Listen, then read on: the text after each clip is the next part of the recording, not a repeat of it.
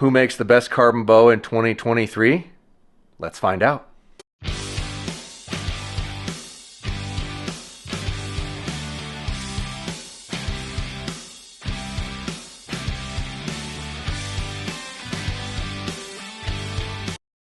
Hello and welcome back to the YouTube channel. MFJJ here with PodiumArcher.com talking about the best 2023 carbon fiber bows on the market. Who makes the best one? Here's our parameters. Has to be around a 30-inch axle-to-axle bow. So I'm sorry you PSE fans, but PSE is not included in this because they don't make a comparable bow to the other major manufacturers in that realm. If they made a 30, 31-inch bow this year, you could throw it in there. We would include it. But if you're looking at a PSE and a 34 versus an RX-7 Ultra, there's only two to pick from, and that should be pretty easy to track down and try for you. We're trying to narrow down bigger groups than that. So here's the parameters of what we're going off of. In an RX-7, a Carbon 1, and an Era, which are all 30-inch axle-to-axle bows. Vibration, draw cycle, grip, back wall, balance, tunability, fit and finish, special features, and Forrest pointed this one out to me just recently, back wall noise. What that means is when you hit that back wall, some of the bows are a lot louder than others, and that can spook an animal, and that was super important to him. And we would have loved to include, back over here, Matthews in their carbon bows. So because they're not, they get a bunch of zeros. Please make a carbon bow, Matthews. Come on. You're the leader of the industry overall. Make a carbon bow. Well, without further ado, we're going to shoot 3 arrows out of each one, and I will rank them 1 through 10 on each category, eliminate one, and then I'll shoot the other two back and forth until I decide which one I like the best. So here we go.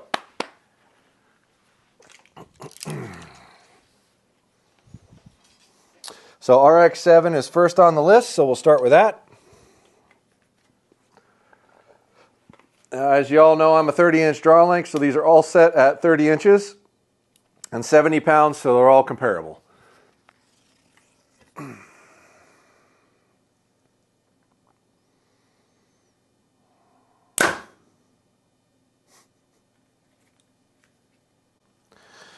All right, let's try this RX-7 out.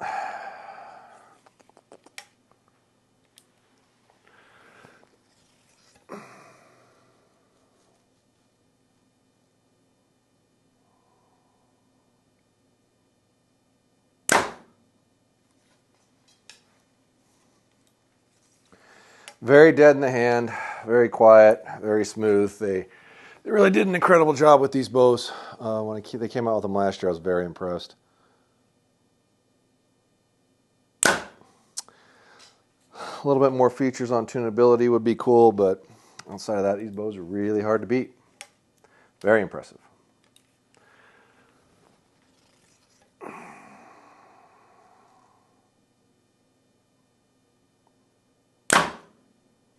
Okay. Where's the pen? There we go.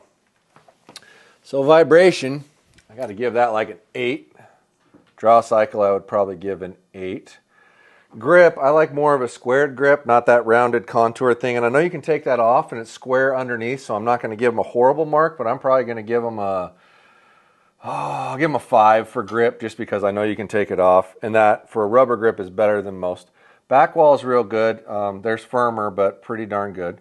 Give it a 6. Balance is good. I'd give it a 6. Tunability. There is top hat or spacers in there, which is the most basic version of tunability anymore. So sorry guys, you're getting a 2. Fit and finish is good, but it is film dip, and it does stretch and contour around it, which you don't have a choice with carbon. But because it's that film dip finish, looks a little wide. I'll give you a 5.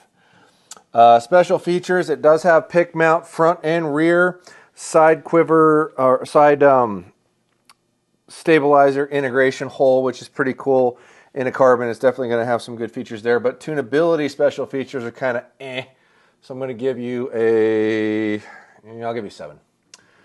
Back wall noise, it's really quiet. Like they did a really good job on that. Like you can pull on that thing hard and it won't give you a failure, so I'll give you an 8 there. Next one up is the Carbon 1 from Bowtech. Well, I'm going to go pull those arrows. Set that down. We'll try that.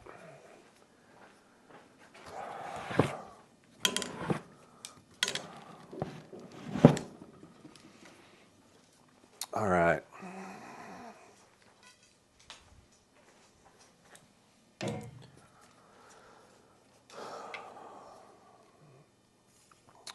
Now, first off, I will say this bow's heavier than the other two. So I would think most people would perceive that as a negative. That draw cycle is butter.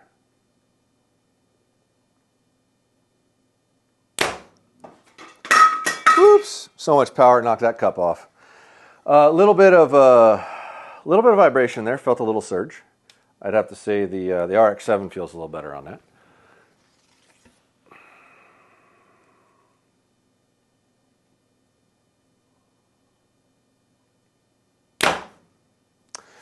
Yeah, tiny little bit, not a lot, pretty close.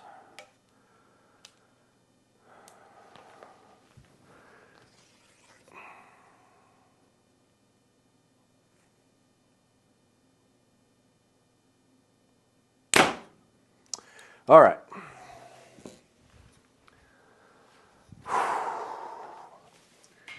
Vibration, I'm going to have to go down a little bit. I'm going to give it a 7. Draw cycle, I'm going to give it a 9. Grip, I really like the square edge grip. I know that's controversial on that plastic insert because a lot of people don't like it, but I love it. I think it's a great grip. I'll give that an 8. Back wall is incredibly solid. I'm going to give that an 8. Balance, I'm going to give it a 7. Tunability, you're going to get high marks because that is the easiest, most tunable bow on the market. I'm going to give it an 8. I would give it a 9 or a 10 if it had the timing adjustability that the target bows have. Fit and finish is really clean and good. I'll give it a 7. Special features, I'm going to have to give that an 8. I'd give it a higher mark if it had a front mount for a pick style or some sort of integration there, but it has a rear pick. It has the ultimate tunability of any bow, like it's super simple to tune, and it has comfort and performance settings and special features. And that back wall noise, I'll call it equivalent to an RX-7. I'll give it an 8. All right, and pull back down here. I should probably add one more category because we're being fair here. I should probably put price as a category. I really should because that will separate them a little bit too, but I'll do that after we put the era up. All right. Hey, make sure to comment on the video on categories that we're not talking about. This is a new thing for us. We're going to try to put measurable categories on everything that we're testing, whether it's bows, accessories, etc., and actually have a chart and give it a number. But I need feedback from you guys on what things you think are important for us to actually functionally check when we're testing these bows. Okay.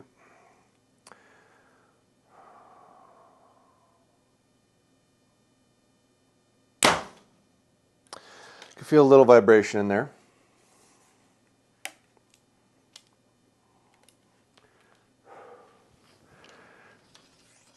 Cycle's not bad. I think it's a little stiffer. Back wall's got a little more sponge to it. Not quite as firm.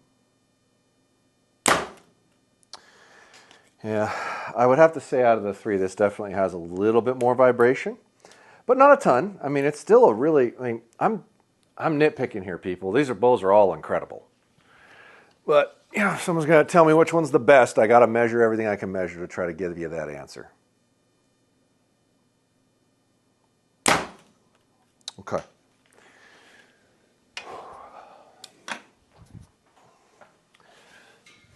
Vibration, this bow is getting a 5. I felt quite a lot of movement in that after the fact. Draw cycle is a little stiffer. I'm going to give it a 7, but it's still smooth. Grip is about as perfect as I could make a grip. I'm going to give it a 9. Back wall was a little spongy, so I'm going to give it a 6 comparable to the Hoyt. Balance was real good. I'm going to give it a 7. Tunability, I'm going to give it an equivalent measurement of the Bowtech because its tunability system is equivalent in my opinion. Fit and finish, that bow looks phenomenal. I'd give it a 9 on the fit and finish. Looks really good.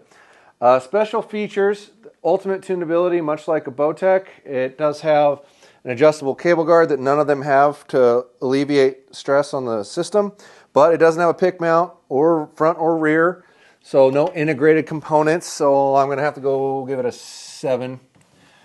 And then back wall noise, it was pretty dead too, so I'm going to have to give them an equivalent. So we're going to add one more category here, and it's price. Because, I mean, that does matter at a certain point. The Hoyt is the most expensive by far, so I'm going to have to give it a poor mark for price because it's super expensive. Bowtech is a little less expensive, but it's still on the high side comparable to what it is. I'll give it a 4.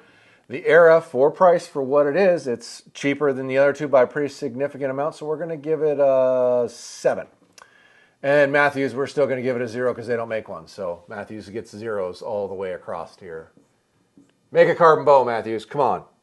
All right, so let's add it up, and I'm going to eliminate one of these bows. And it is 16, 21, 27, 30, 33, 35, 40, 47, 49, 57. So that gets a 57 from the RX-7. Carbon 1, 7 and 9, 16, 20, 24, 32, 39, 47, 54, 62, 70, 74? Yeah. Did I miss a number? Or is that different? Yeah, that's that different. Okay. Era 5 and 7's 12, 21, 27, 34, 42, 51, 58, 66, 73. So, yeah, RX-7's out. It's either a carbon Era or a carbon 1. I'll shoot them back and forth and tell you what I decide here. And in all fairness, those numbers are a lot based off of features that could be added in, and tunability is a big one, and price has to matter.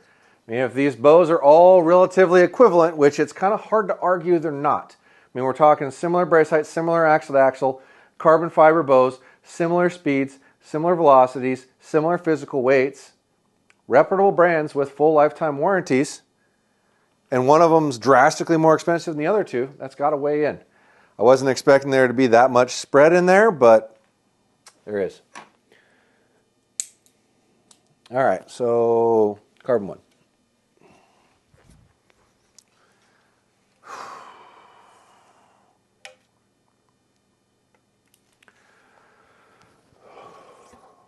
That thing pulls so easy. That back wall's great.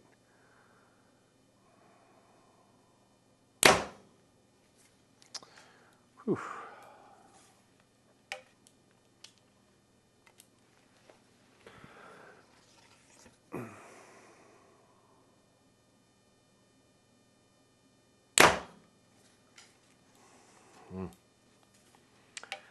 Bow just feels really good.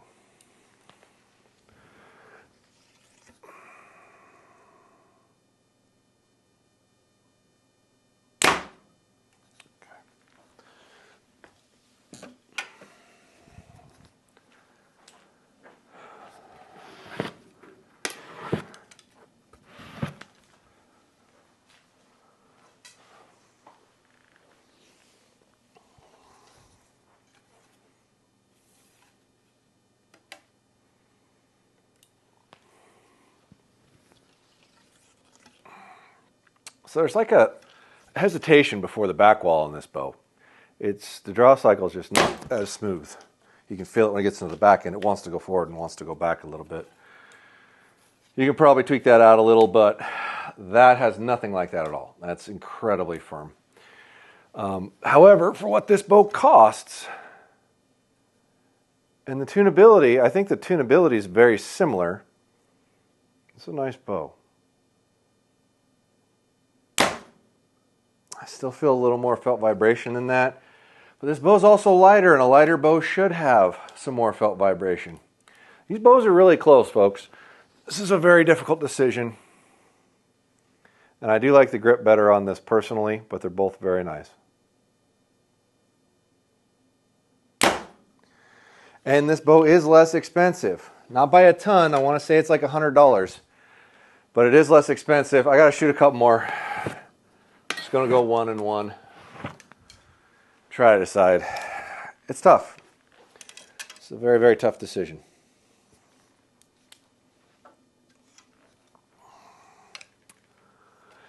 I mean, initial feel, like that bow is incredible in initial feel, but it's just missing some of the other features that these have. It's hard to ignore, and you can't ignore price. God, that thing just pulls so smooth. It's this one, folks. this is like, if I got to give this first, I've got to give this like 1.1. Like this is really close to this overall. This is winning in weight. This is winning in price. But man, this bow just feels so much better. I know it's heavier, and that's not really fair, I guess. I don't know how you want to look at that, but this is still like right around the 4-pound mark. This is a little bit lighter. But this bow feels quite a bit better to me, and that could be my experience with Bowtechs. I don't know.